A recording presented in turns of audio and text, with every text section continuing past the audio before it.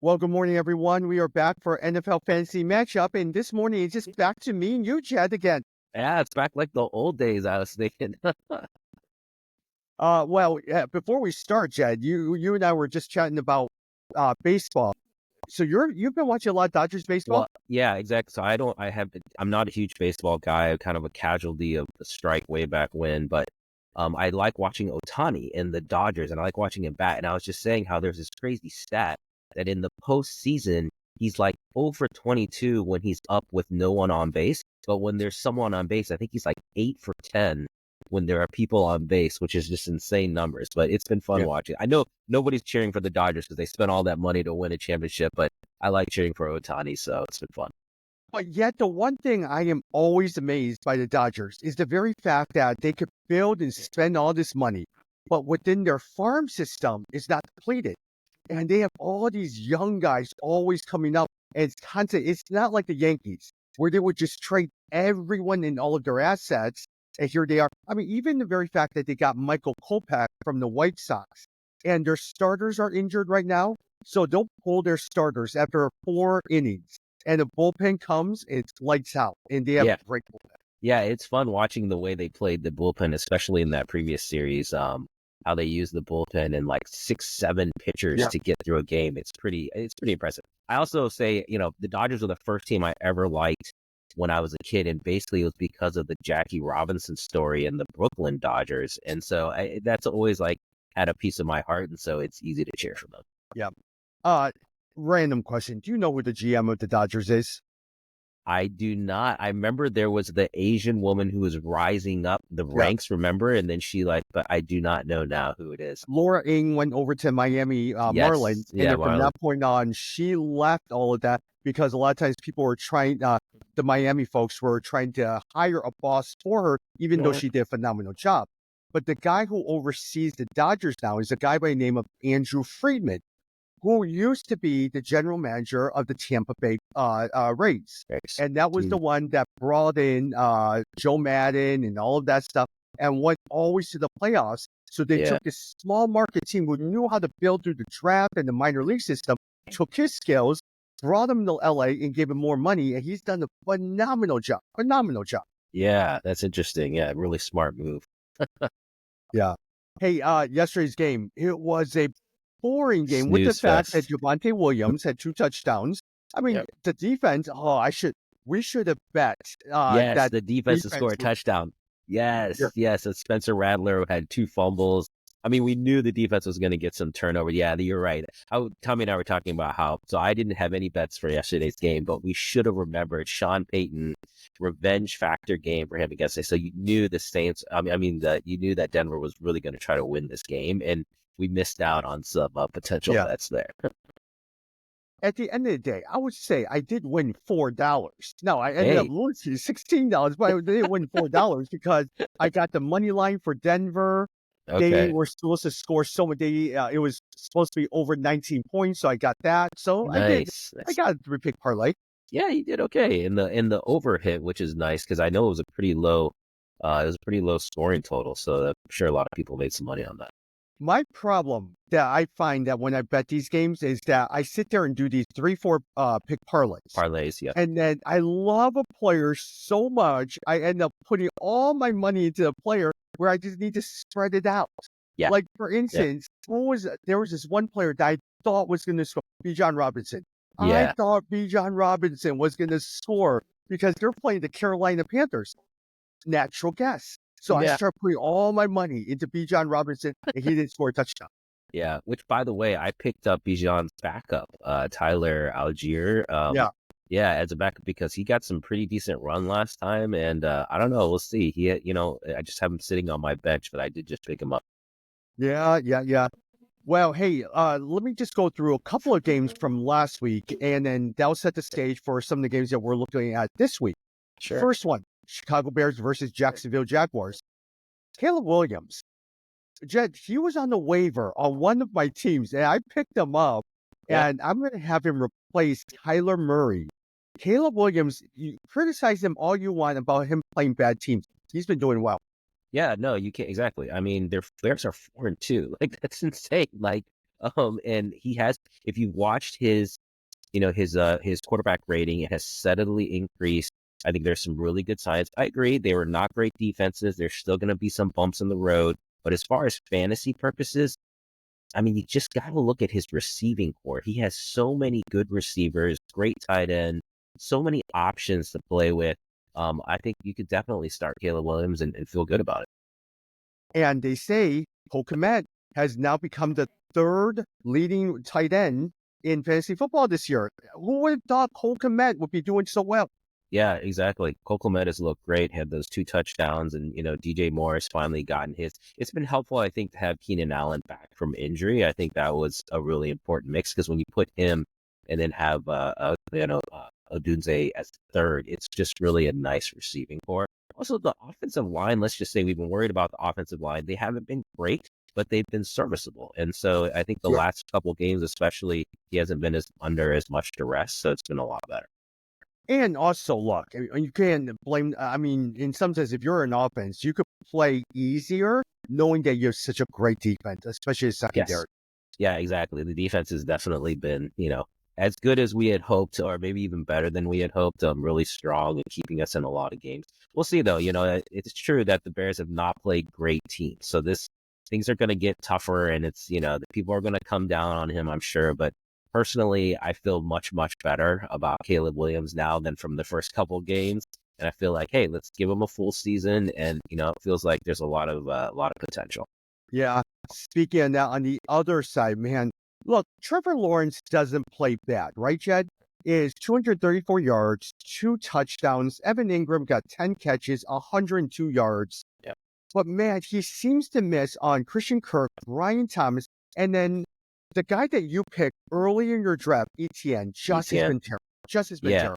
Yeah, no, if you've got ETN, you definitely have to at least be benching him, maybe even consider dropping him. I wonder if there's not some injury or something, because there's something wrong with Trevor Lawrence. As much as you said that he got his numbers, if you watch, I've watched 2 games now with the Jags, he misses like wide open receivers. Like he's been missing more than I've seen with him before. So I feel like, is there an injury? Is there something going on? But Jacksonville has definitely been the biggest disappointment, I think, this season. You had high hopes for a lot of their offensive players, but nothing's there. Yeah. Going to the next game, the Tampa Bay Buccaneers versus the New Orleans Saints. Tampa Bay, Baker Mayfield, Chris Godwin.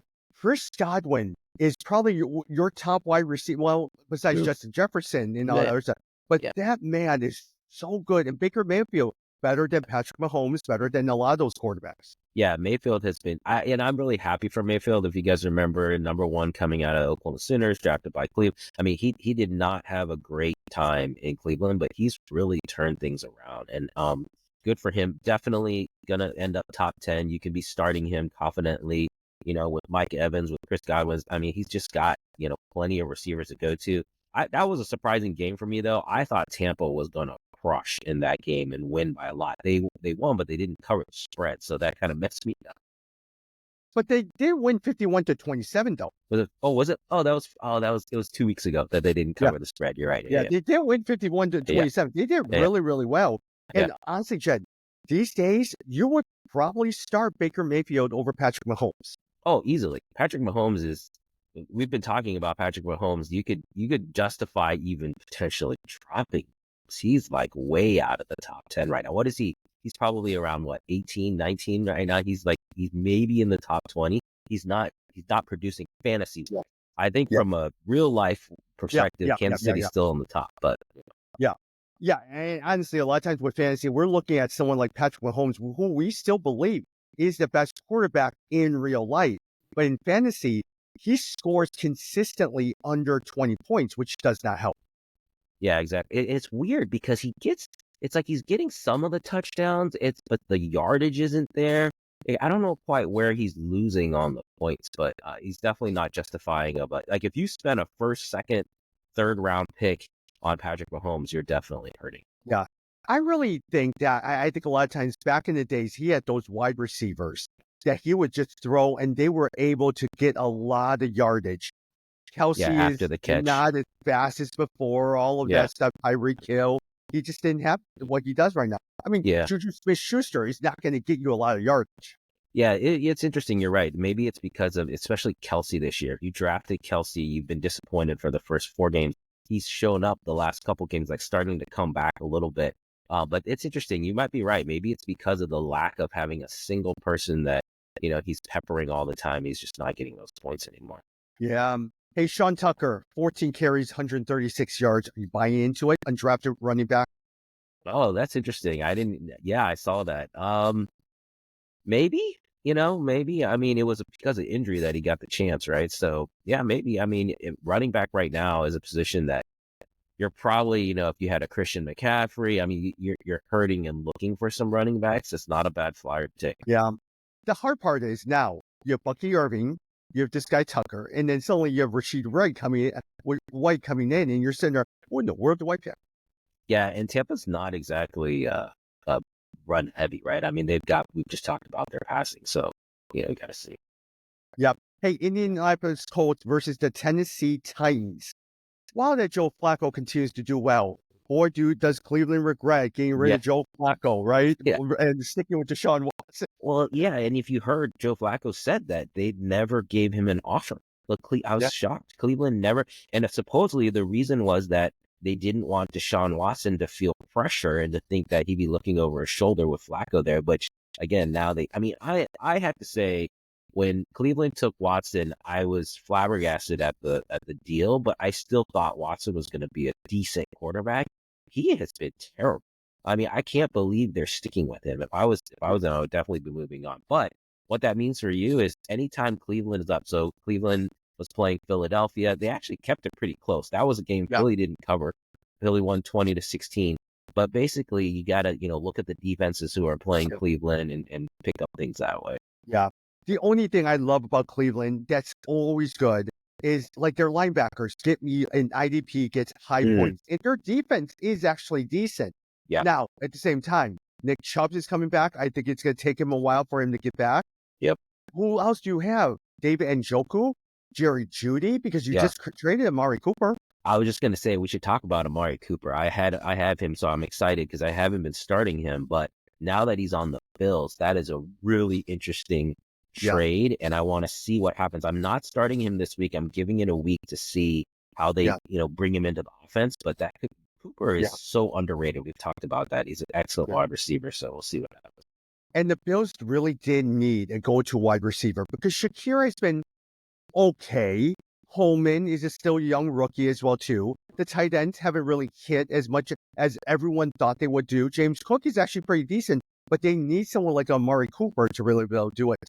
Yeah, I mean, you have to say, if you drafted Josh Allen, I mean, not quite as great as we were hoping, but like still, he's producing. So even without the wide receivers, he's still producing. And so now, having Cooper there, it's gonna be really interesting. I was just trying to look, who are they playing this week? They're playing Tennessee, so that's a nice game to ease into. So actually, you might consider starting Amari. Like he could get some good play there because they should kill Tennessee. Look, if you have Amari, he was a droppable candidate. All right. He got you nothing. And you were probably sitting there because the trade came out of nowhere, Jed. You're probably thinking, should I drop him, especially with these bye weeks? Now you're sitting there, all right, even if he gets me 11, 12 points, it's more than what I was getting before. Yeah, exactly. So, now looking at it, I'm going to have to rethink starting him because playing Tennessee, again, there should be a lot of, and it's a good chance for them to get some reps in. Speaking of Tennessee, and then later on, I want to talk about the Jets next. Okay. Pollard, Jed, I never thought Pollard would be so good. 93 yards, seriously. Yeah, no, I mean, at least he's picking. I mean, if you've been patient enough to wait, then at least you got a little bit of something out of that. But I'm still not a fan of Tennessee just in general, and so, that game or that team has been disappointing all around. Yeah.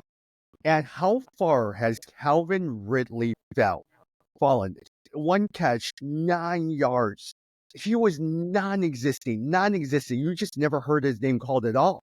Yeah, he definitely shouldn't be on your rosters. I mean, basically out of Tennessee, maybe Tony Pollard, but like who on Tennessee are you really? Even Indianapolis now, Flacco. I mean, the whole flip flop with him and Richardson, they've got to start Anthony Richardson if he's healthy. I was gonna say Downs. He's the one, Yep. Josh Downs, right? Yep. He's the one wide receiver you may be looking at. He's gotten a Yep. little bit of play, but it's been difficult. Like Indianapolis, all around has been tough. Yep. And then Spears, I get frustrated with Pierce because Yes. he either gets you a lot of points or gets you nothing. It's just frustrating because he's all or nothing guy. Yeah, yeah. I mean, it's because he's that outside, flyer. The other person I was going to say though too is Jonathan Taylor should be coming back. Is he Yeah. coming back this week? He should be coming back Maybe soon. he'll miss one more More. week with the Okay. high ankle sprain. And so they Yeah. say at least one more week, maybe he'll try to come in out play. It depends on what happens today. Yeah. So Trey Sermon again, the backup running backs, something to take a look at if you're desperate for a running back. That's a place you can look. The big trade this week, Devontae Adams. Yeah, interesting, right? Basically, there's no excuses for Mr. Aaron Rodgers and the Jets. Huge trade. It's kind of disappointing if you were in the Garrett Wilson camp. I mean, he was starting to come around. It felt like, and starting to get a little bit more. And now you got to wonder, as a number 2 wide receiver, what's going to happen there. And we know that Aaron Rodgers just basically peppers the guys that he likes, and so. I don't know. It's an interesting trade. Personally, if you have Devontae Adams, great. You should be starting him. But I'm just kind of waiting and seeing, what really comes out of there.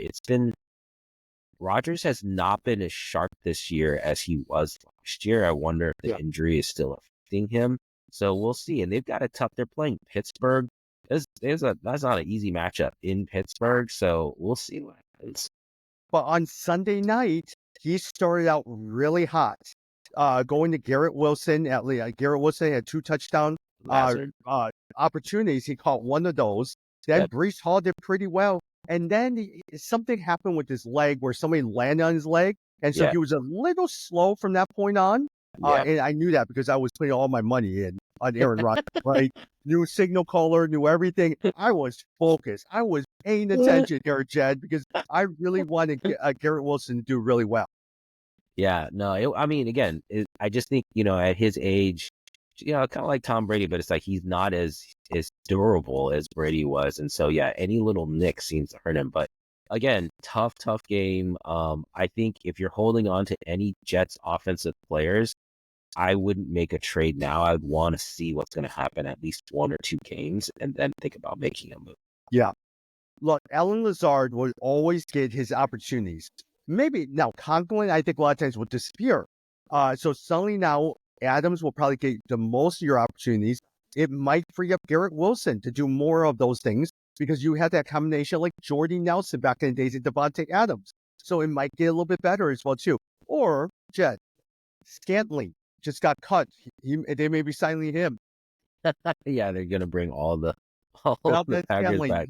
Yeah, that's funny. That's a good thought on Garrett Wilson as the number 2. All the attention going to Devontae Adams, and so now, does that open him up? That's not a bad idea. And also for those of you who are at the bottom of your league, that's the kind of thing you got to swing for, right? So like maybe make a trade for Garrett Wilson and just hope that like the guys that has him are worried about him and think that he's not going to do well, and so maybe you can get him. But that's the kind of swing you got to make right now. If you are 0-6 and your team stinks, but you have Justin Jefferson sitting there, right? Yep. There's nothing for you to lose. Trade him for about 3 good players, all right? Yep. Medium size that you think will hit. Yep. And see what happens. Yeah, you got to take your best player and you got to trade him for some lottery tickets, like a Garrett Wilson or someone coming off of injury, right? Like someone who's like just right on that edge, but could be really great. You got to make those moves right now because you don't have time anymore. Yeah, because you could probably do, let's say, a Garrett Wilson or Justin Jefferson. You could do Garrett Wilson, Tucker, Puka Nacua, because he's sitting in IR and make a trade like that. Yeah, like let's say you got Garrett Wilson and a Breece Hall for like a Justin Jefferson. That would be a pretty fair trade.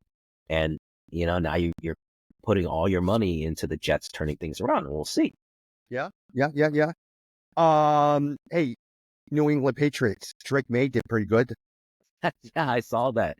And who was the wide receiver? He had there was a wide receiver that got a decent amount of play. Douglas. Mario Douglas, who I've been picking up a lot this week. Yes, yeah, that was not a bad pickup. Yeah, I mean, again, I think if you're New England, you're playing for the future, and so you're trying to give them a little bit of opportunity. So again, if you're looking, not a bad place. And New England's playing Jacksonville this week, so while that game is going to stink, and those are two very bad teams, there should be a lot of fantasy points available, Yeah. and so you may look. And especially it helps us with your bets and parlays because you have high scoring teams right there. Yes, yeah, I do. I do enjoy it. Although it's been tough. I got killed last week, and I did not do it, so I need to pick things back up. This has been a last couple weeks have been tough 2 weeks Yeah. for me. Because the guys that you expected to do well haven't really gone up. Like Jamar Chase, I expected Jamar Chase to do well against the New York Giants. Didn't Yeah. score a touchdown. I expected Bijan Robinson to do well against Carolina. Didn't do well. Yeah, exactly. I mean, it's what makes it fun. It's hard to predict, so yeah, keep trying. Yeah. The one person that you should play every single week, Derrick Henry, Oh yeah, Baltimore Ravens against the Washington Commanders. The guy has 9 touchdowns in 6 games. dude, that Derrick Henry. So if we redrafted, Derrick Henry's probably your number one, right? I mean, he's been amazing, just so consistent. And here's the thing: is we all kind of knew, we had an idea. Everyone was just worried that he was old. But Yeah. when that move happened, everybody was like, Derrick Henry just sounds like a Baltimore Raven, right? Like he just fits the scheme so well. But he has been so even better than you could have, Yeah. But then at the same time, he had that foot injury a lot of times. He's been slow in Tennessee. So you're sitting there, is he going to be slow? Is he just going to get you 10 carries, 17 yards, maybe 1 touch? No, 10 carries, 132 yards. And Yeah. a couple of touchdowns. It's great. Well, he's been breaking off long runs. That's the thing, and you didn't always see that in Tennessee. So it's been really good. I think the other person is Saquon Barkley. Saquon Barkley in Philadelphia. We all weren't sure. You've gotten Derrick Henry and Saquon Barkley outside of your top 10. Yeah. And both of those guys you would love to have. Yeah, because everybody was going after, the Christian McCaffreys of the Yep. world. Then they Brees also Hall. want, Brees Hall that they And wanted to Bijan do. Robinson. Those Yeah. are the top 3. Yeah. And Jonathan Taylor as well, too, Yeah. is your secondary. Yeah. Jonathan Taylor, that's definitely hurt. That's been a big. And then I think Puka Nacua and Cooper Kupp, those have been, high draft picks that hurt too. So Yeah. Hey, also, the Washington Commanders, all right? If they're playing, Brian Robinson's good play this week as well, too. Yeah, I was talking about that the other day. Last time we were talking out, we got confused on that. But Robinson has been, just Washington in general. Jaden Daniels just looking excellent. If you have a keeper league, by the way, Jaden Daniels, man, just keep that guy and you'll be set for the next 10 years. But they're playing Carolina this week. So again, should be a ton of points. I expect Washington to crush them. I don't know what the line is 8 points. That's one of the largest lines for this week. So everyone's expecting them to win, but should get a lot of points there. Oh, and Terry McLaurin, let's just say I talked about drafting him 2 weeks ago. You probably dropped him after the first 3 weeks, but he has been, I'm starting to get a lot better. Yeah. Hey, look, every single running back that plays against the Carolina Panthers, Shaq Thompson was their best linebacker. He's out for the year. You could sit there and run against those guys all day. Yeah, exactly. And it looks like, Washington's an 8-point favorite. It's a 51.5 line. So, should be a lot of points there. Should be a lot of fun to get some of that offensive action. Now, at the same time, on the Carolina side, I have enjoyed watching Deontay Johnson and Chuba Hubbard. They have really helped me, especially Hubbard has helped me on my team. I don't know if it was in our league, but somebody dropped Deontay Johnson. I picked him up in one of our leagues, either the keeper league or in the 1K league. Somebody dropped it. And so, if people are sleeping on, once Andy Dalton came in, the wide receiver core got a lot better in Carolina. And so I've definitely been enjoying that. Yeah. Hey, what are you thinking in terms of there's a potential quarterback change with Justin Fields going over to Russell Wilson? You expect that's going to help a Najee Harris? You think it's going to help a George Pickens here? That's interesting. I have been staying away from the Steelers, although I will say, talk about flyers. Jaylen Warren is sitting there on a lot of waiver wires, and I could still see him hit because Najee Harris has been very disappointing. And so I feel like that's the guy who maybe I would take a flyer. But I just don't know that Russell Wilson is an upgrade from Justin Fields. Fields has been fine. They've been winning games. I was surprised that they went back to, if I was the coach, I would have stuck with Fields until he messed up, then bring in Russell Wilson. because like once you make this move, it's just a tricky thing to go back and forth. So I don't know. Yeah, and honestly, selfishly, I want to see Justin Fields because if he gets 51% of the snaps, we get a 4th-round draft pick versus 6th-round draft pick. That's right. I keep forgetting about that. The Bears benefit if he does well. So you could, Yes.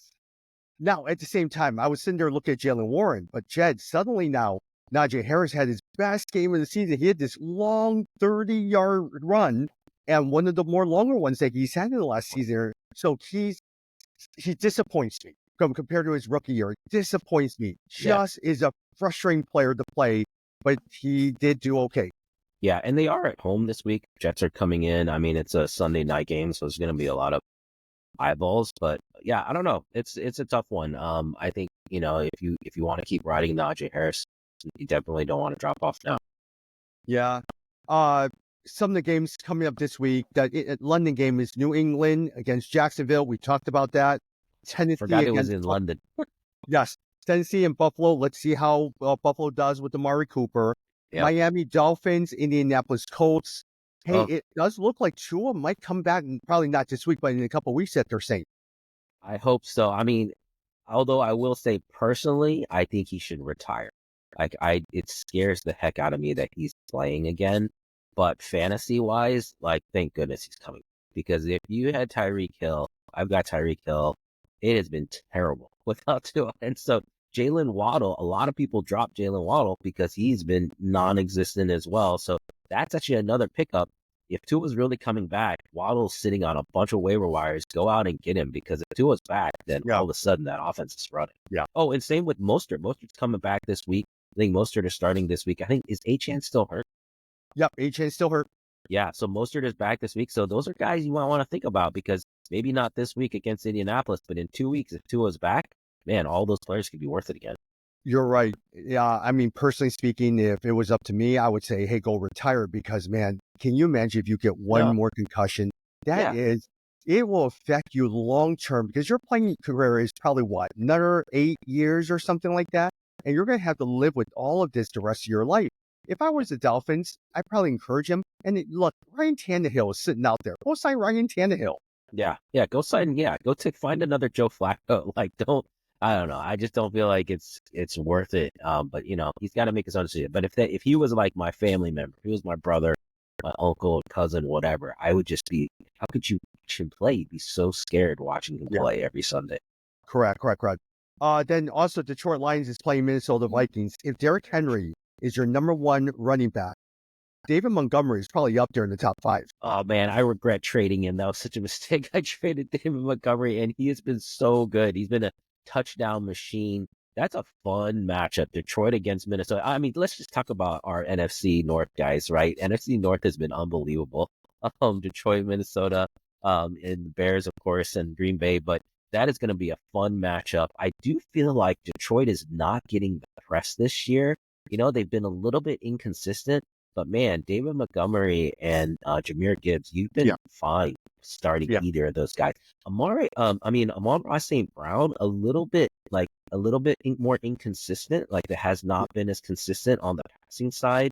But maybe now is Hawkinson coming back this week? Or Hawkinson is coming back. Sam Laporta seems to hit a little bit more as well too, Jed. Yeah. And so it seems like jerk off in the passing game, but then at the same time, you could just depend on your 2 running backs, and they're going to carry you every single game.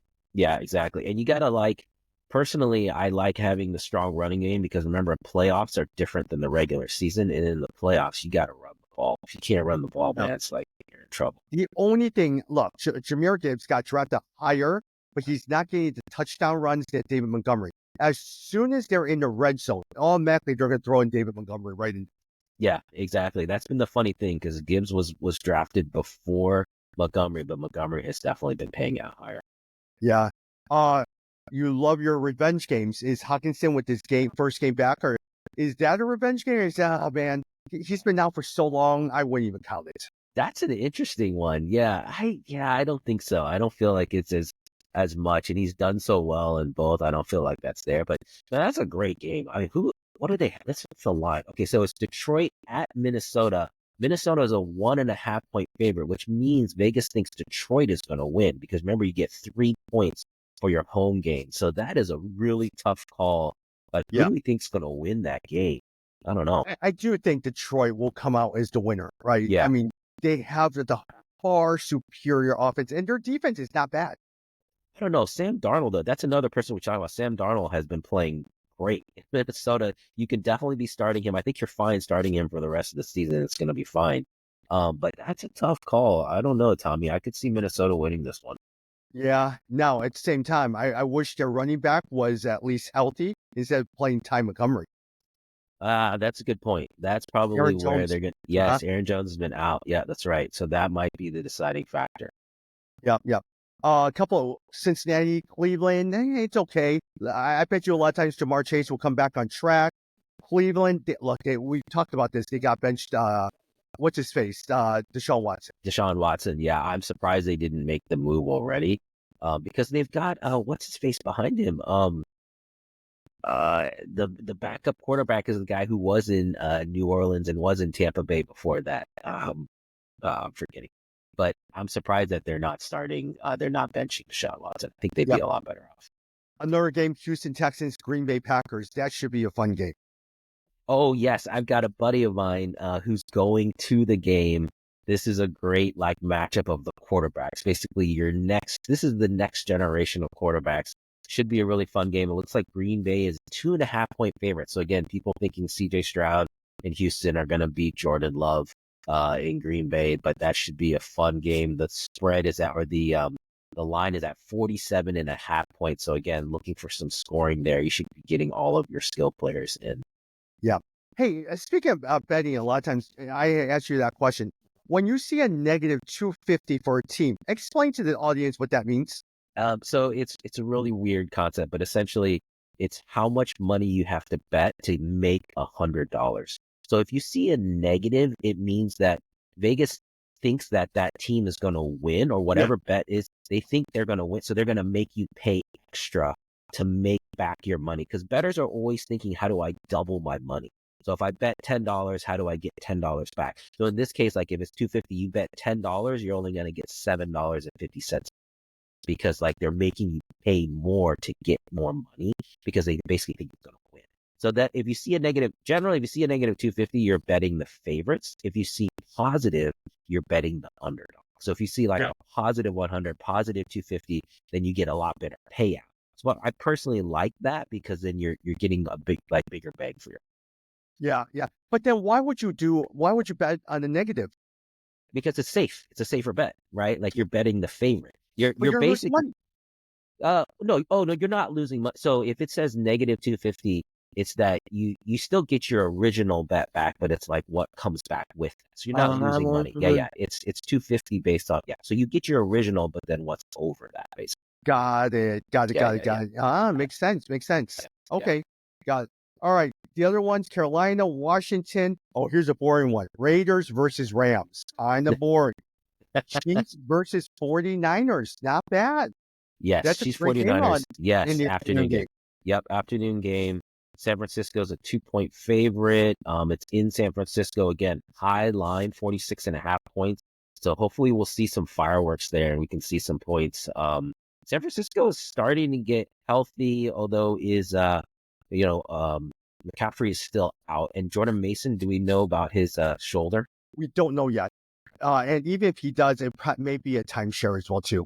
Yeah. Okay. So we'll have to see. So a lot of passing, but Brock Purdy now that he's got his receivers back, has been serviceable as a quarterback. So we'll see what happens. Look, Juwan Johnson, who I put $30-something on the way. I've been doing well. I'm sitting there. I'm tempted to drop him because everyone's back. Yeah, that's the problem. You got to just sit and wait. But Deebo Samuels always goes out. He's gonna get hurt, and then Juwan Johnson will be back in. So just wait. Yeah, New York Jets, Pittsburgh Steelers. Hey, look, I'm going to be cheering for the New York Jets on this because I own a lot of Garrett Wilson. I want to see how they do. Yeah, I'm not an Aaron Rodgers fan, so I can't cheer for New York. I will cheer for Pittsburgh. And then the Monday night game is Baltimore, Tampa Bay. That is a very good game. Baltimore is a 3.5-point favorite in Tampa. Again, another high line, 49.5 points. But man, that's a fun game. There should be a lot of scoring in that game too. There's a lot of good chances to get points this week. More so, Baltimore is terrible in passing situations. Their defense is not as good against the run as well too. Tampa Bay, Chris Godwin should do really well. One of the running backs should do pretty well. And so now Derrick Henry may take up a lot of time. He may run all over the Tampa Bay Buccaneers, but I actually would say that Tampa Bay play them, especially Baker Mayfield and got Chris Godwin. Hey, I like this idea of taking Tampa as the underdog. If you want to look at the underdogs this week, that's probably a good pick. Tampa over Baltimore in Tampa. I like that. Yeah. And look, we all love the former linebacker for the Chicago Bears, Roquan Smith. But I will probably say he used to have Roquan Smith, and there was this guy named Patrick Queen next to him. And so when Patrick Queen signed with Pittsburgh as a free agent, he hasn't been as well as I thought he was going to be. Not for $100 million. Yeah. No, if anything, it's been good that we didn't end up paying for that. So, yeah, we'll have to see. The Baltimore defense has been good, but not as dominant. So, you know what? There's 2 Monday night games. Then you have Los Angeles against Arizona. Yes. Yeah. Arizona has been a tough one to follow. For those of you with Kyler Murray and James Conner, I mean, it's been up and down. Like some games good, some games bad. I just picked up Trey McBride as well. So, and Marvin Harrison is out, I think, for this week. So we'll have to see what happens. But that's an interesting game too. Yeah, and he has to go through concussion protocols. He said they'll know more today if he passes. Michael Wilson is dealing with the injury as well too. Yeah, look, I'm very high on Kyler Murray, but at the same time, he has been terrible the last 2 weeks, and so I'm on the waiver wire looking at Joe Flacco. I'm on the waiver wire looking at other quarterbacks as well too. Yeah, no, I do think you have to think about that. And with Los Angeles too, with J.K. Dobbins, right, where you talked about, they had a bunch of the run early and Justin Herbert, but it's been a little bit down for Los Angeles right now. So this could be a nice bounce back game for them. I will say, going back to Marvin Harrison, I do think, have him in my keeper. I'm happy to have him. But now I do think Malik Neighbors clearly has been the better wide receiver fantasy-wise of the rookies this year. If Malik Neighbors plays this week, I love him in all my parlays. All right, he's so good because they just feed him and feed him and feed him all the time. Yeah, he's playing Philly this week. Philly at the Giants. You're right. If they're playing, I would get that in. That's probably a pretty good lock. Yeah. I seem to love the Malik Neighbors these days. Derrick Henry seems to always be a safe pick. Yeah. Chris Godwin seems to be a good pick as well too, and Bijan Robinson, depending on who they're playing against. Yeah, agree. Those have been some of the hits. Definitely the Derrick Henry, that's been a sure thing, and David Montgomery we talked about as well. He's another good one. And it really depends on defense as well too. Jed, I always sit there and look at the schedule every single week and say, okay, who are the terrible run defenses? Who are the bottom pass defenses? All right, who's covering who? And then I'll sit there. It hasn't worked well for me for the last 2 weeks, but I'm working on it. Yeah, and that's a good point for those of you who are, doing well in your leagues. Don't forget to look at the defenses and the kickers. Like everyone forgets about those. Like the kickers especially. There's been some serious points for kickers this year. If you have Aubrey, how high would people draft Aubrey now? That guy is amazing. Yeah. Like I think you might. I always used to laugh at anyone who would draft a kicker before the last round, but I think you could make the argument that Aubrey, you got to start looking at him in the 8th round, 9th round. You got to potentially draft that guy. Or more so, I think if he appeared on our auction draft, let's say next year, I wouldn't be surprised if people bid $20 for him. Yeah, no, I mean the guy is insane. Like, and you most leagues you get a bonus point for any 50 plus field goals. So the guy has been scoring through the roof. It's really interesting. Watching the Dallas Cowboys. We're gonna kick a field goal. All right, 57 yards. Let's kick. Yeah, exactly. He's made how many 60-yarders has he made this year? Yeah, I don't know, but he's made a number of them. Yeah, exactly. He's already made. I remember they had him take a 63-yarder. I was like, geez, how many yards do you have to gain to kick a 63-yarder? You probably only have to gain 40 yards, and then you can kick a 60-yarder. It's crazy. Hey, speaking of the Dallas Cowboys, did you hear the radio interview that Jerry Jones did? No. Oh, he was on the Dallas radio program. Look him up as well too. And then the local Dallas radio program, Jerry Jones is always just showing up every single week. So he asked Jerry, let's talk about what happened during the off season. And he says, you can't question me about, that's not your job to question me about the off season. And the guy says, well, he was laughing. You've always Yeah. been on, but we just need to talk about it. He says, Yeah. well, you're not supposed to be talking about that. That's not your job. If you can't do your job, I'll replace you right now. Yeah, I'm not kidding. That's, man, power move. That's the ultimate power move. Yes. And he was explaining to him how he is an expert along with 32 owners, 32 other people in NFL, and this guy on radio can't be questioning him. And Yeah. just the arrogance of a Jerry Jones. Oh, and it's so sad. If you're, I grew up, liking the Cowboys. I grew up in Oklahoma, so Cowboys have been my team until I moved to Chicago. And it basically, we're just waiting for Jerry Jones to move on. The team cannot win until he leaves. The only reason they won before, if anyone never ever thought that they won because of Jerry Jones before, we all know now it wasn't because of Jerry Jones. Yeah. It was because of the head coaches we had at that time and the players we had. But it's sad because basically until he leaves, that team cannot win. And speaking of another owner, Jerry Reinsdorf, did you hear he's thinking about selling the White Sox? Yes, I did hear that. That would be good news, I think, for the White Sox. We'll see. Except he's thinking about selling it to Dave Stewart and his team. Dave Stewart, the former pitcher for the Oakland A's. Yeah, A's, yeah. I bet you Tony La Russa is part of that ownership group as too with Dave Stewart. Yeah. But then they're also thinking that if they sell it to Dave Stewart and his ownership group, they're moving them out of Chicago. Oh, really? Because we have two market teams. Where would they move it? Tennessee? Oh, yeah, everyone's going to Tennessee. Man, so many people are moving to Tennessee. A lot of MAGA fans going to Tennessee, I think. So that's interesting. If I wish Reinsdorf would sell the Bulls, though. That's the one. I mean, the Bulls, again, this year, we're just like, I know we're not talking basketball, but again, the Bulls, every year, it's like, I'd rather you either be really bad or have a chance to be really good. But we're right in that middle, which is not a good place to be because you're not getting draft picks and you're just going to maybe make the playoffs, but that's all that's going to happen. It's just not a good situation for the Bulls. But the problem with the Bulls is they're stuck with Zach LaVine's contract. No one wants Zach LaVine's contract. Yeah. And then they're stuck with Lonzo Ball and everything like that, Vucevic. I mean, they have terrible contracts. Yeah, and you know what's going to happen is they're going to start off and play well. Zach LaVine's going to start the beginning of the season and play well, and then the management's going to be like, oh, maybe we can make the playoffs. Might as well keep him. And but that's just a wasted season. Just making the playoffs is not enough. So. And then he's going to get injured. He's going to hurt his foot again. Yeah. And then there we go. And then we're going to be sitting there in the last seed seventh, or eighth, whatever exactly. it is. Yeah. Yep. Yeah, or the play-in game, and the one thing I will say, I again grew up in Oklahoma, so I'm an Oklahoma City fan. Oklahoma City, this is the year, man. They are looking really strong. I think you're getting Shai Gilgeous-Alexander, MVP candidate. I mean, this team is really, this is a good year for them. Chet Holmgren is very good, and don't sleep on Caruso. All right, Alex Caruso. Oh, that was a huge pickup over any of your guys. Frees up Alexander. And so in some sense, you have now a guy who can get you steals and is a great defender. Yeah. Hey, we have our NBA draft this coming Sunday, so I'm excited.